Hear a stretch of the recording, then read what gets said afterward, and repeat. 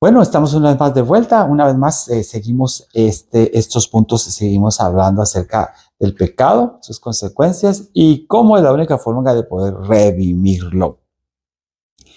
El punto número 5 sería la palabra pecado, también viene del hebreo rasha, que quiere decir lo opuesto a lo justo. Lo opuesto a lo justo. ¿Qué quiere decir? Que cuando nosotros cometemos una injusticia en la vida, también es pecado.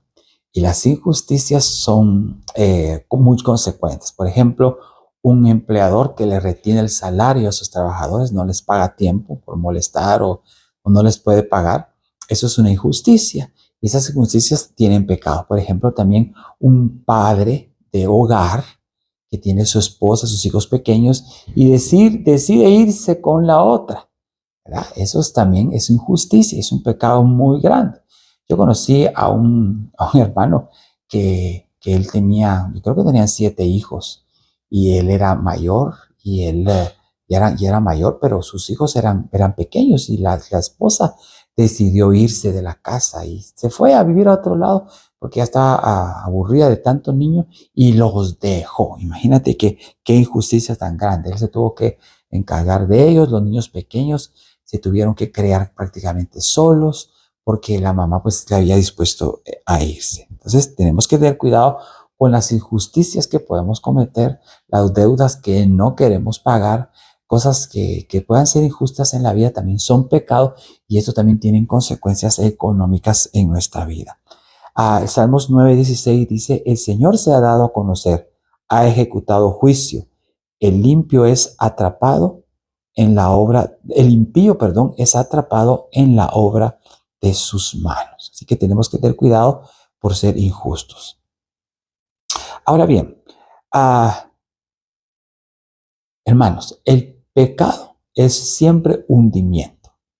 El vivir para Dios, el estar con Dios es vida. Paga del pecado es muerte. Sí, uno cuando dice la paga del pecado es muerte, piensa que cuando vamos a morir vamos a condenarnos. Pero déjame decirte que la muerte empieza cuando un cristiano está pecando constantemente y peca y no se redime delante de Dios hace pecados que pueden ser transgresiones o iniquidades que trascienden, eso puede estar afectando su vida también, lamentablemente, ¿sí? Eso quiere decir que el pecado te va hundiendo espiritualmente. Entonces tú vas muriendo, no mueres, ¡pah!, te mueres y vas a la tumba, no, mueres poco a poco, mueres poco a poco. Mueres, por ejemplo, estás pecando, vas a la congregación y estás pecando y ya no puedes alabar al Señor, ¿verdad? Ya no puedes alabar al Señor, llegas a la congregación, ya te aburre. ¿Por qué? Porque hay un pecado que se está impidiendo. Entonces, lo que debes de hacer es, si hay un pecado, reconocerlo y luchar en contra de él. ¿Y cómo vas a luchar en contra del pecado? Cuando tú te sometes al Señor. Aunque estés pecando, debes de apartar tiempo para estar a solas con el Señor. Y el Señor ahí te va a forjar, te va a bendecir para que ya no peques más. Aunque estés fallándole al Señor y estás en la iglesia, debes de seguir yendo a la iglesia porque el Señor te va a hablar y va a confrontar tu pecado para que tú puedas cambiar. Debes de hacer un esfuerzo, porque así es, así es. Tenemos que, en el nombre del Señor Jesucristo, redimirnos, tenemos que pedirle al Señor perdón por nuestros pecados, porque Cristo por eso murió por nosotros. Pero debemos de tener cuidado en haber abusos, sino tratar de consagrarnos y vivir para el Señor. Número 6, el griego enochos, que también se traduce como pecado, que significa, se refiere a alguien cuyo crimen merece la muerte. Esto es un pecado, pero fuertísimo, como aquel que dice la Biblia, que lo entregan a Satanás para que su alma sea salva, ¿verdad? No lo entregan a Satanás para su destrucción, ¿verdad? Sino que lo entregan a Satanás para que su alma sea salva, porque se estaba metiendo con la mujer de su papá. Parece que él había enviudado y había agarrado a una mujer joven y el hijo joven se estaba metiendo con la mamá. Entonces ya lo sabía la iglesia, no sabían cómo juzgarlo. Entonces el apóstol Pablo dice, entréganlo a Satanás, porque él no quiere cambiar. Entregarlo a Satanás significaba que ya no le daban cobertura espiritual, ya no iban a orar por él y que le pasara lo que pasara para que Él volviera a los pies del Señor en vida. ¿Ah? Que nosotros no somos nadie para condenar. Miren, tenemos un Dios grandioso, misericordioso. Siendo Dios, se hizo hombre. Siendo hombre, se dio su vida. No escatimó ser igual a Dios, sino que se hizo hombre. Y no escatimó ser igual a Dios para no sufrir, sino que Él sufrió. Sufrió heridas, sufrió oprobio. Dice Isaías que le quitaron la barba para humillarlo. Fue llevado como un ladrón al valle de la calavera, que es como Sodoma y Gomorra. Fue llevado a la muerte y Él se entregó para hacer un sacrificio de sangre que nos redimiera de la maldición del pecado. Cuando Jesús vino a la tierra, todo el mundo estaba bajo el dominio del maligno. Cuando Cristo muere, derrama su sangre, nosotros recibimos el perdón. Las personas de aquel entonces reciben el perdón de los pecados. Ellos comienzan a dar vida a los demás. Es decir, la predicación del Evangelio da vida a los demás.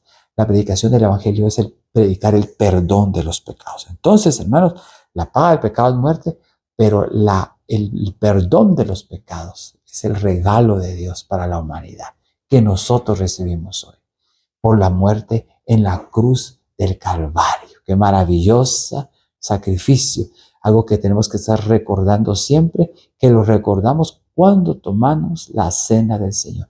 El sacrificio, el cuerpo que Él dio, la sangre que Él derramó para que nosotros fuéramos libres de la maldición del pecado. Y hoy disfrutamos de esa bendición.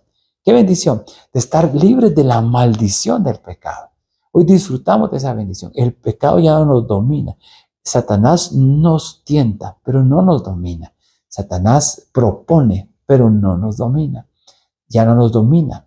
Entonces, cuando nosotros hacemos eso, el territorio que nosotros tenemos, nuestra familia, comienza a ser de bendición. No solo nuestra familia que está viva, sino aquella que ha de ser nuestra familia, nuestros nietos, nuestros bisnietos van a heredar esa bendición. Así que vale la pena seguir a Cristo Jesús. Número 7, en hebreo, egnoim también se refiere a la palabra pecado, y esto quiere decir adoración ignorante a alguien que no sea a Dios. Quiero decir que es pecado no poner en primer lugar al Señor Jesucristo que dio la vida por ti. La vida que tú le entregaste a Cristo ya no te pertenece, sino que le pertenece al Señor Jesucristo.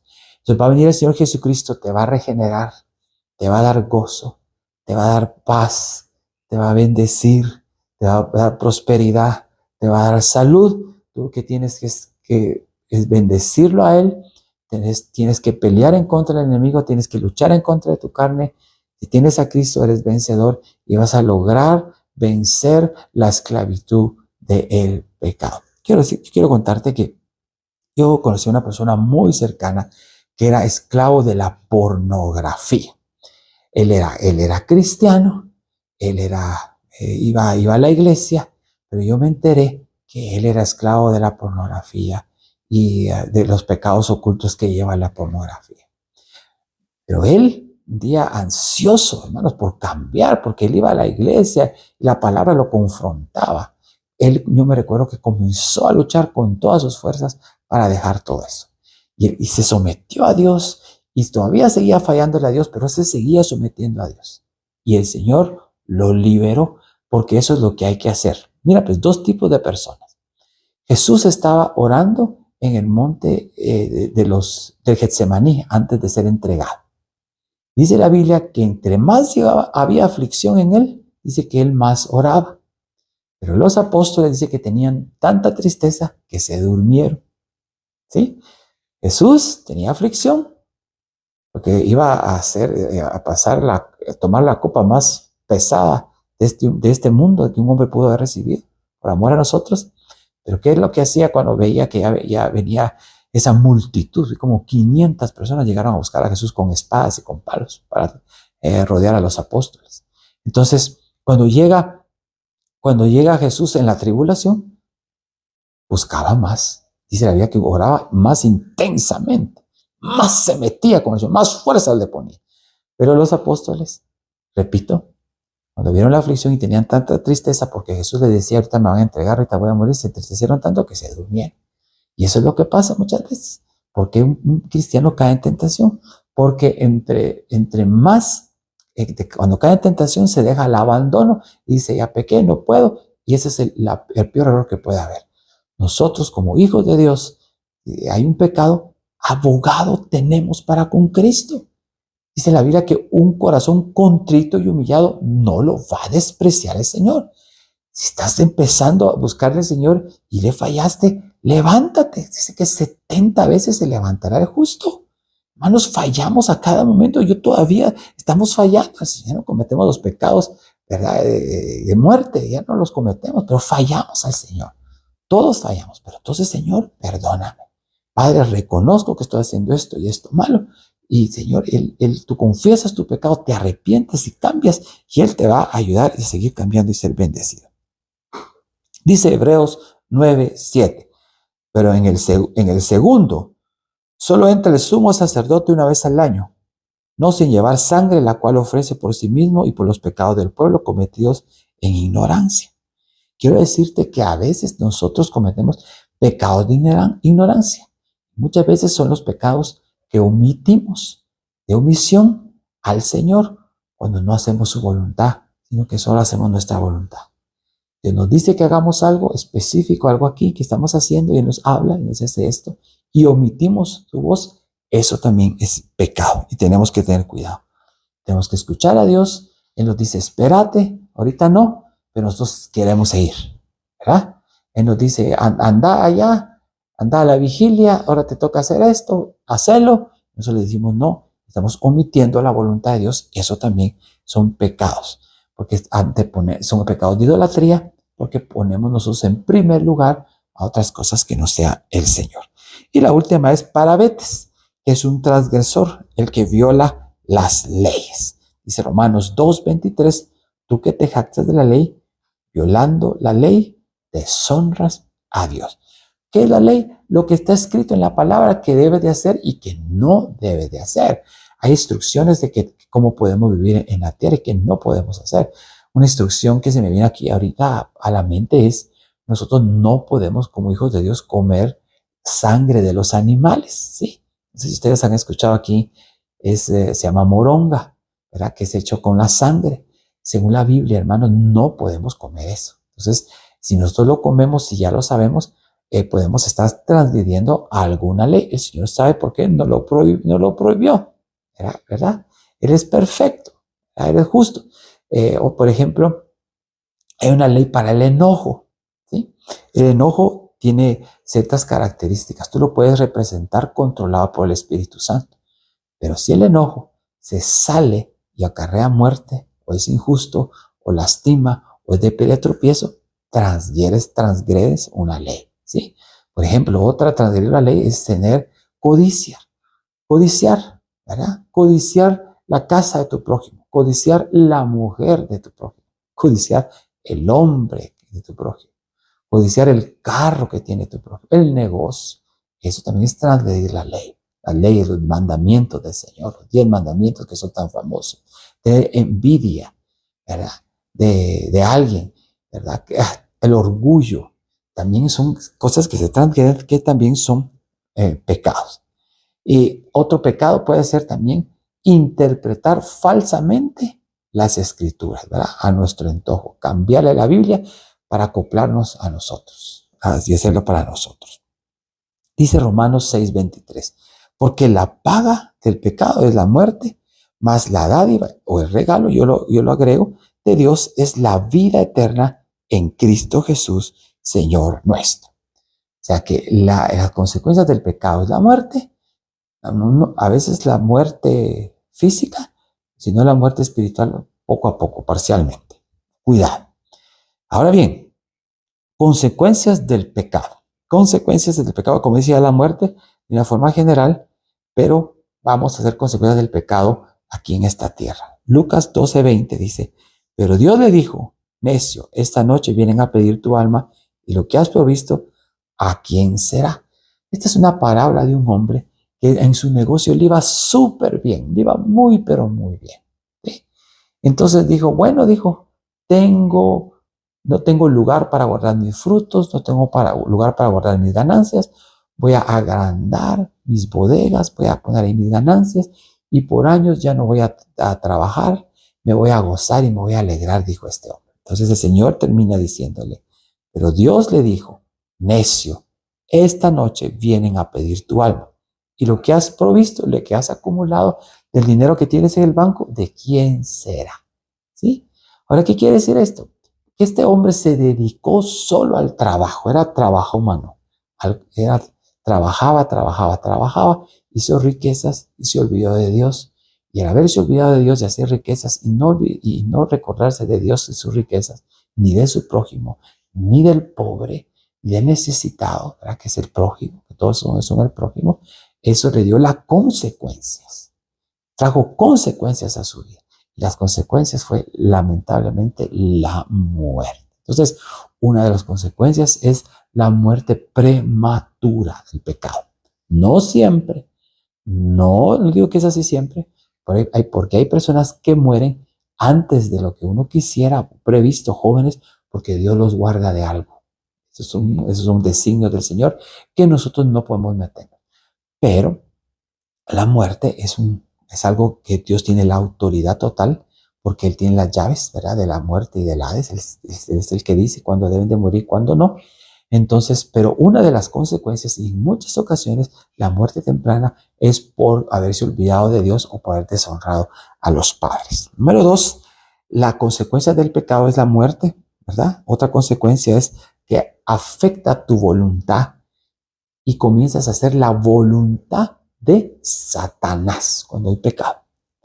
¿Sí? Porque Satanás propone a tu debilidad. Por ejemplo, mi debilidad carnal, mi debilidad es, por ejemplo, robar. Y ahí uno puede ver unos 5 quetzales mal parados que yo rápido me los embolso, o 100, qué sé yo.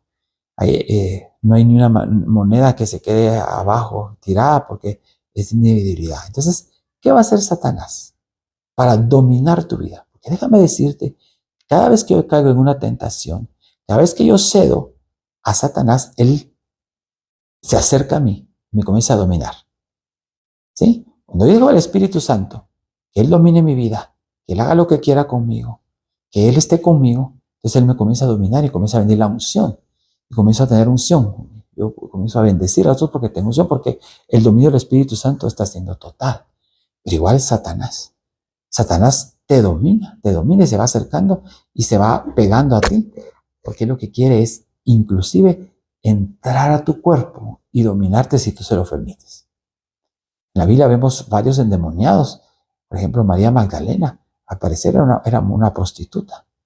Y el estar tanto en ese pecado, hizo que Satanás la dominara de tal forma que él violentó su cuerpo y se metió en ella.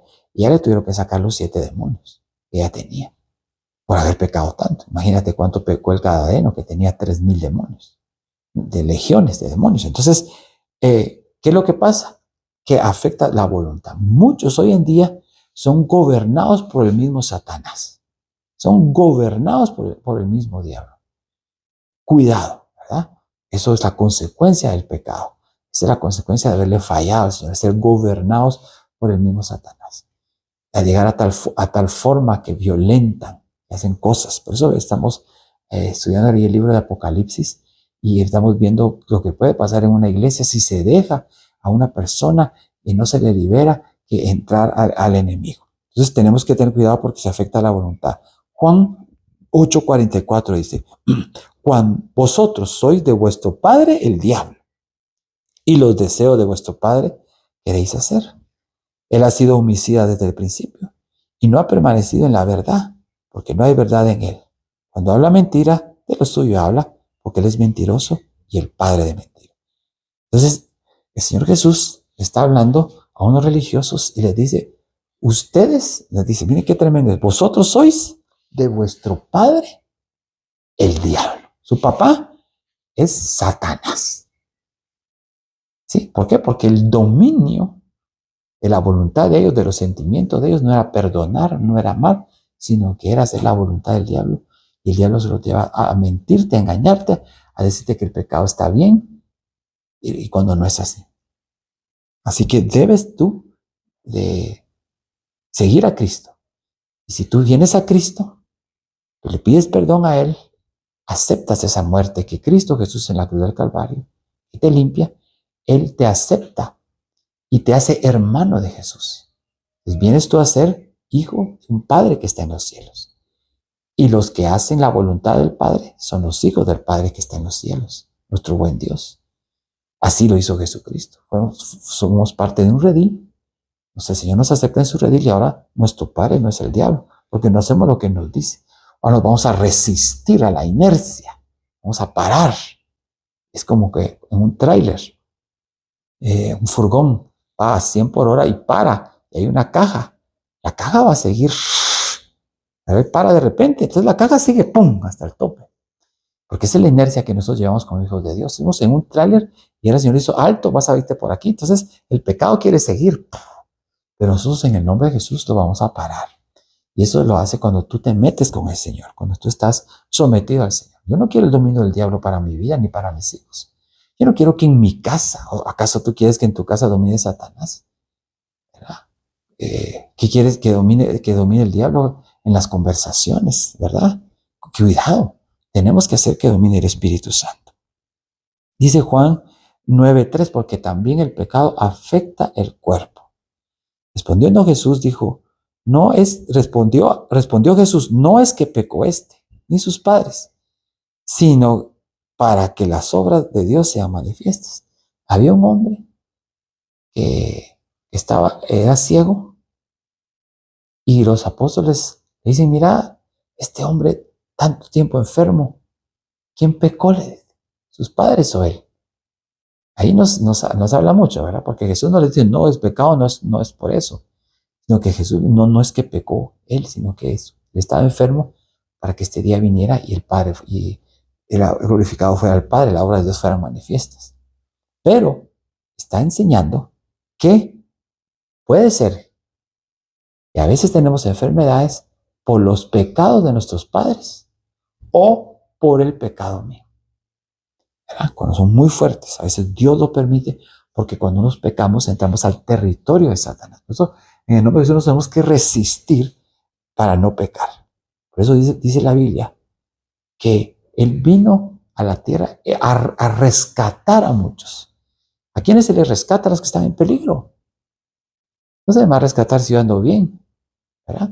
Ahí hubo aquí en San Lucas un gran accidente hace unos 8 meses, un año casi, donde un tráiler se fue a hacer pedazos y agarró creo que fueron como 7 otros carros más. Entonces los bomberos tuvieron que ir a rescatar a la gente que quedó entre los hierros de los carros, entre los hierros de los trailers, inclusive unos muertos. ¿Por qué llegaron los bomberos a rescatar? Porque había peligro.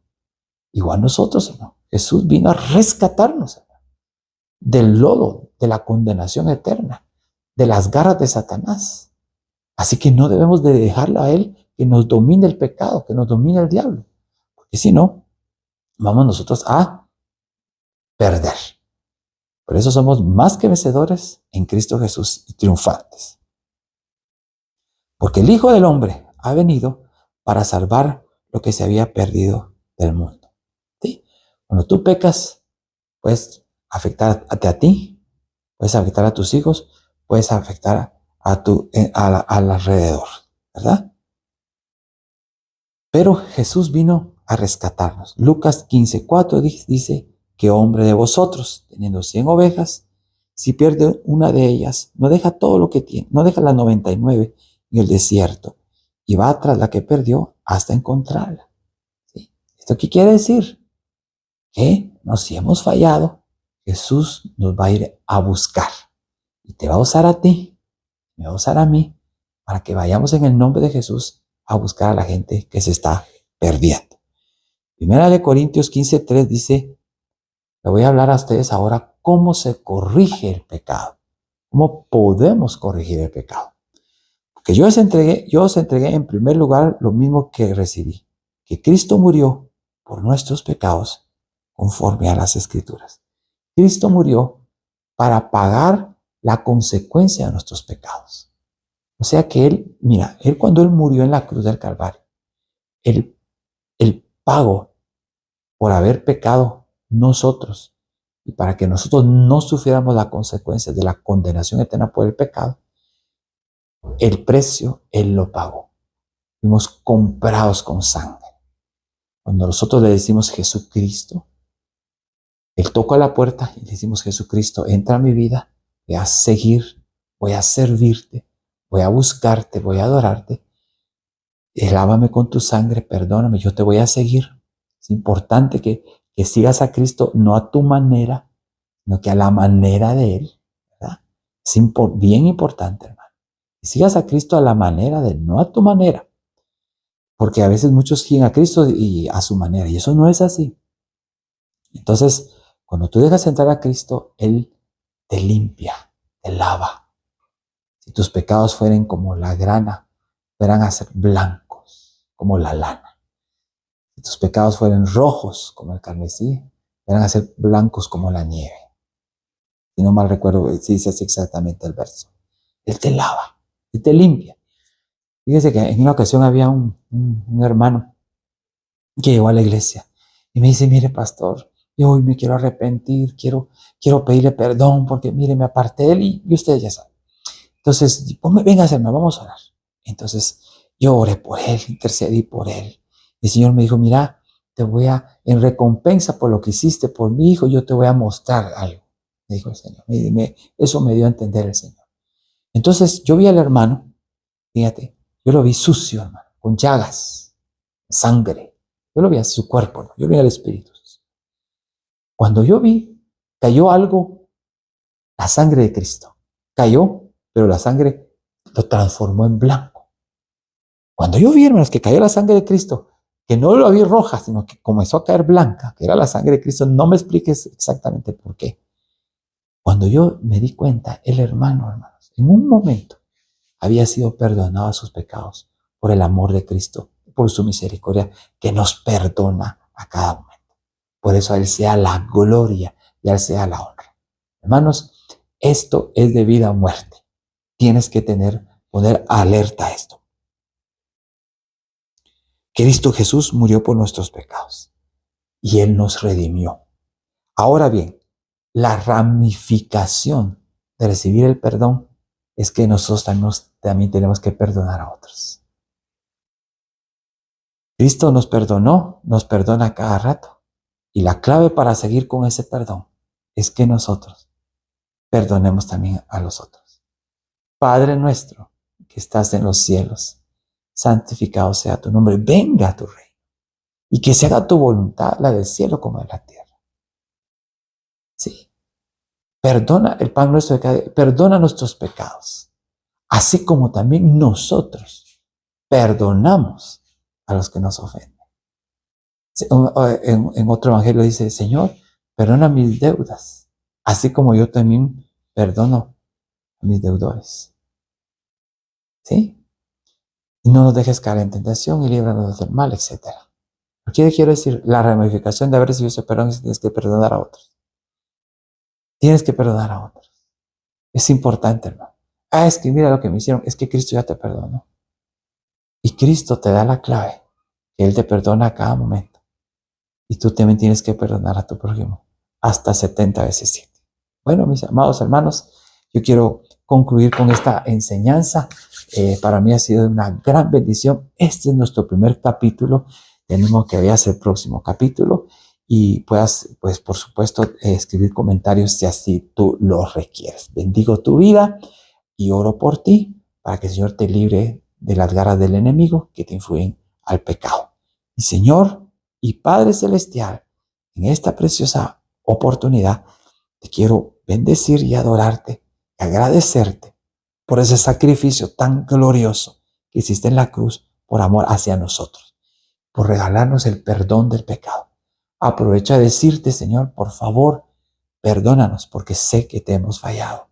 Libéranos de las trampas del enemigo, de las tentaciones del enemigo, que a cada momento vienen a nuestra mente para hacernos fallarte. Si hemos fallado, perdónanos. Yo sé que hemos fallado y líbranos, Señor, del mal. No nos dejes caer en tentación. Por favor, perdónanos.